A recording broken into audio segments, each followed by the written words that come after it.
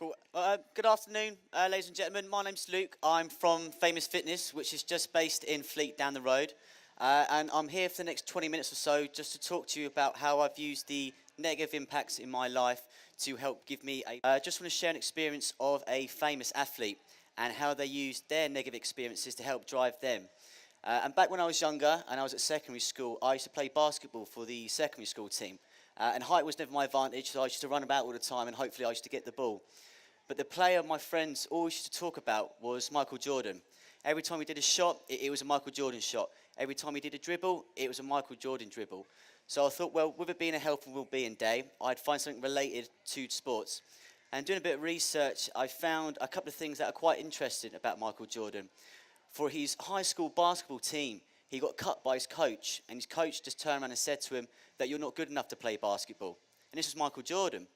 This is Michael Jordan, who would go on to be the best basketball player of all time and probably the most well-known basketball player of all time.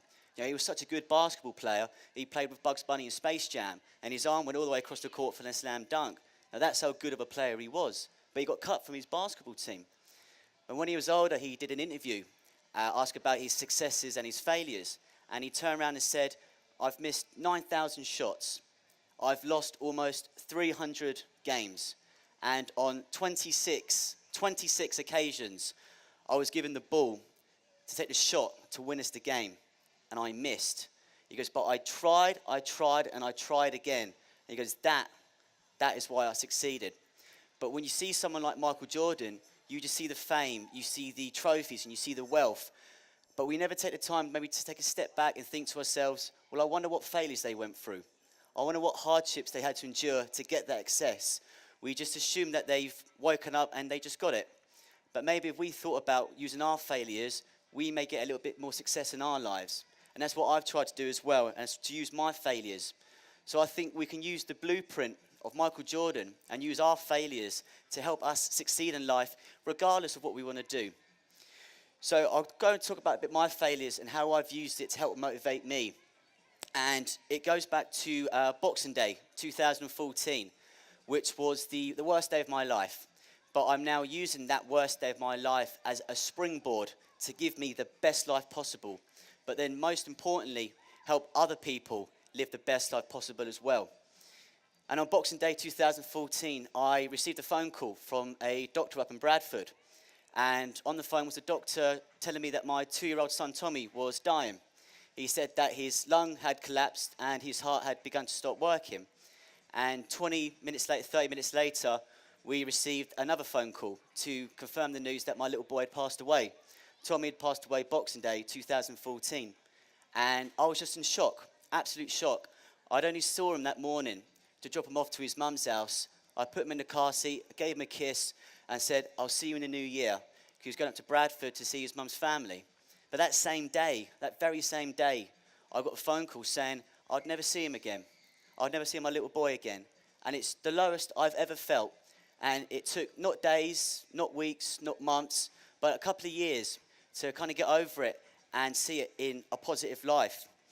So then I said to myself, well, let's sort of see if I can turn it around.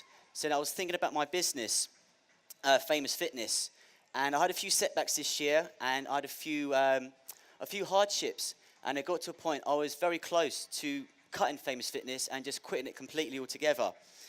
And I said to myself, well, if I can keep working on it, if I can keep working on my business, eventually it will get there. Because I've been through hardships and I've been through tough times with the business. And fortunately, over time, the business did pick up. And the business is now at the point where it's the best it's ever been. And a couple of months ago, we was very, very close to opening Famous Fitness's first studio. Whereas a couple of months before that, I was close to quitting. So then I decided to change my mindset and apply the same mindset I used for the business, but applied it to my son. And then I said to myself, well, if I can get through those failures for my business, then I can get through these failures for my son. And I thought to myself, well, Michael Jordan did the same. When he did the interview, all he spoke about was the failures he endured to achieve that success. So that's then what I've decided to do. Use my failures to help me succeed in life. But most importantly, use my failures to help other people succeed in their life. Because when you go through tough times and you face adversity, the best thing you can do is put your hand out and help other people get through their tough times as well. So when I started to change my mindset, one of the things I started to say was that, well, if I'm not the first person who's going through it, and I'm not the last person who's going through it, then just accept it's a fact of life. It is a fact of life. I'm not the first father who's going to lose his son, and I'm certainly not going to be the last father who's lost his son. It's the worst fact of life possible. You know, there's a father out there right now getting that phone call from a doctor, giving him that news. But when I say it's a fact of life, the best way to deal with it is just to get on with it. You know, just get on with it. And I don't mean that in a rude way, and I mean that in the most caring, positive, and loving way possible. Because the sooner you realize it's a fact of life, and you realize there's nothing you can do about it, I found the quicker I had the urge to try and want to make it the best I possibly could. And the quicker you find that solution, and the quicker you implement that solution, the less of a negative impact it has on your life. And you avoid that sort of snowball effect where things get worse and worse and worse and worse. Because things in life happen all the time. I tell the guys who sign up to my classes, initially it's for 2 months, I say, you're never going to get a clean 2 months. So you're never ever going to get a clean 2 months, even though you may have the best intentions. Because there will be some evenings where you're too tired to prep your meals for the next day. So when it comes to the next day, you don't eat as well as you should have done. And there'll be times generally where you are quite fatigued. So you will miss a training session, but don't let it get you down, because things in life do happen. And that takes me to one of my favorite quotes, and it goes as the following. It's not what happens to the man that defines him. It's what the man does when it's happening to him. It is that defines him. Because things happen all the time in life. And there are things that happen that you have no control over.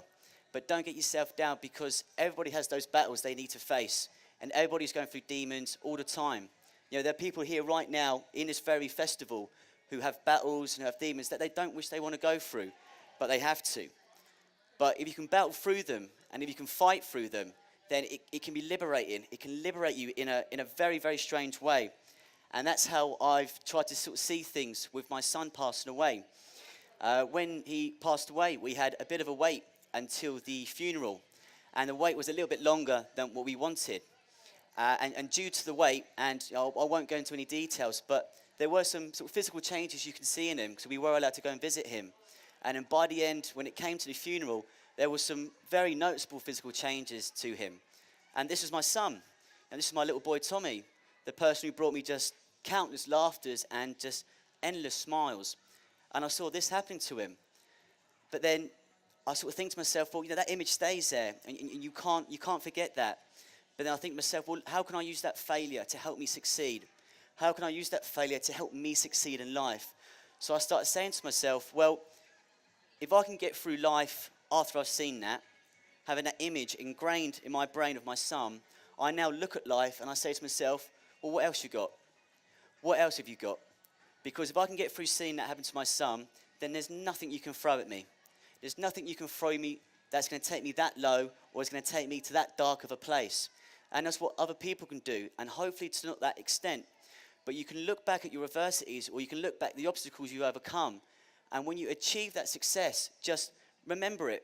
Remember that success you achieved over that failure. Because in life, another obstacle will arise. So just take a look over your shoulder and say to yourself, well, I've got over that, so I can get over this. And then you get over that challenge. And then later on in life, something else pops up. But then you say to yourself, well, I got over that, and I got over that, so I can get over this as well.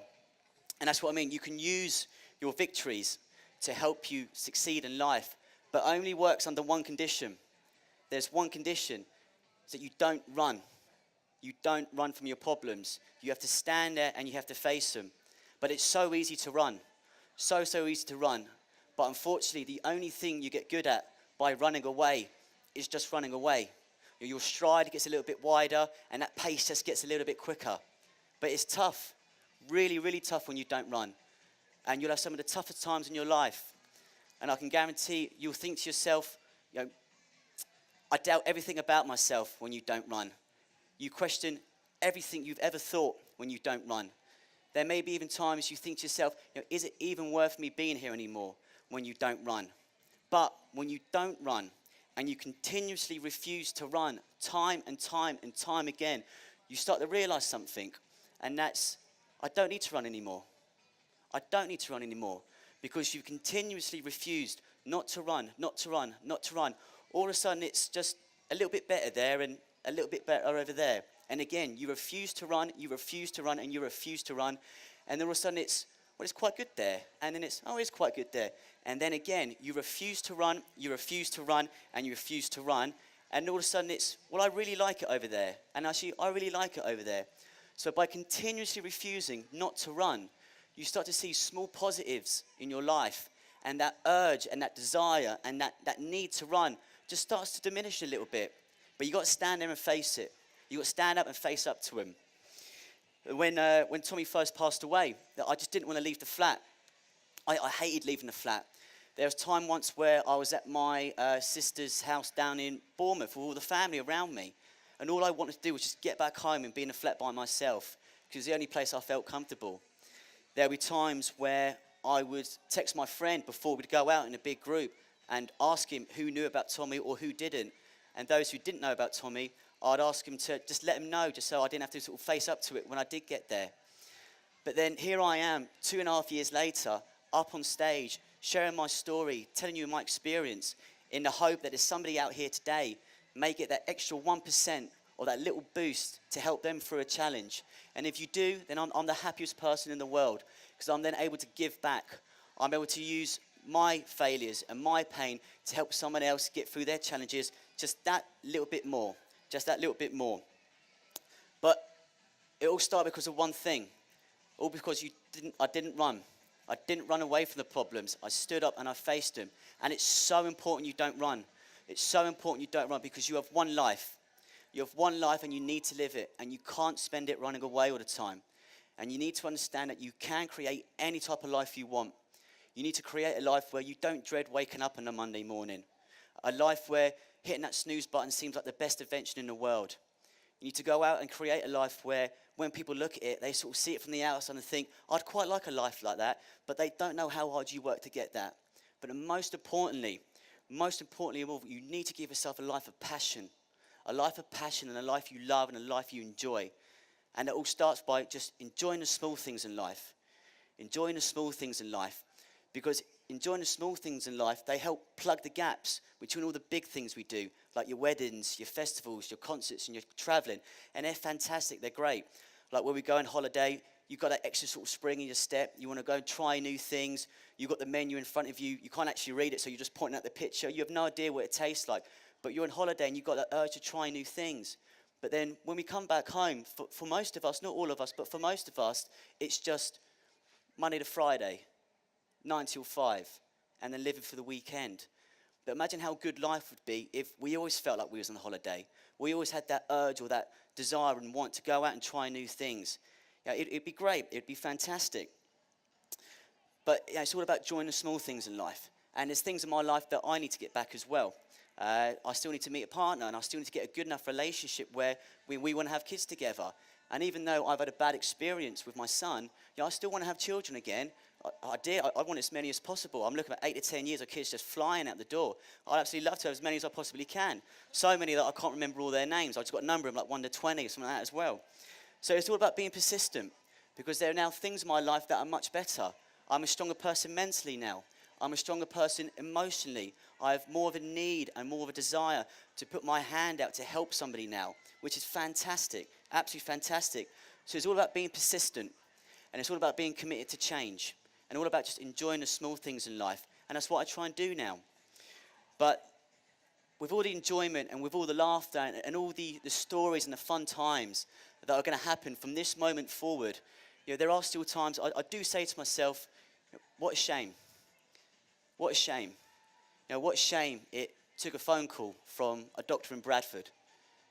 What a shame it took me seeing my son just looking beautiful in his 3-piece suit with a sparkling blazer, but just sleeping peacefully in his coffin. And what a shame it took me missing being woken up on a Sunday morning with both his feet rammed in the side of my face, and I'm there curled up in the corner of the bed, and he's sleeping widthways across it.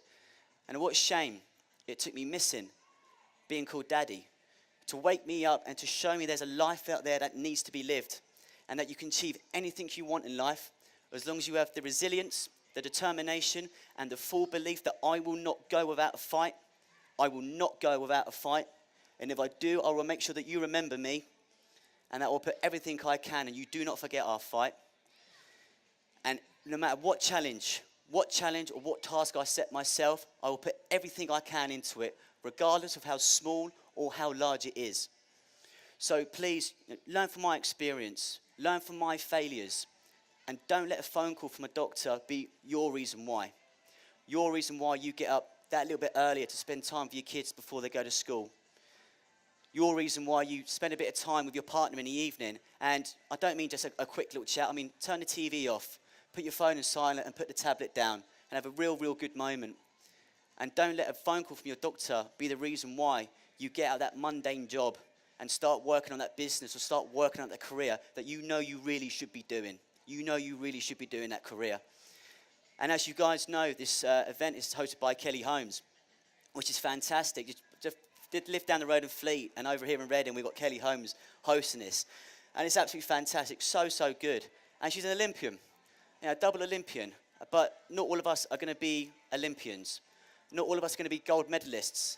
And not all of us are going to be double gold medalists. But the way we conduct ourselves, and the way we present ourselves, and the way we uphold who we are, when everything around us is going crazy, and everybody else is losing their minds, the way we conduct ourselves and present ourselves, and the way we uphold who we are in those moments will make us all winners. Thank you very much, guys. Have a nice day. I appreciate that. Thank you very much. Cheers.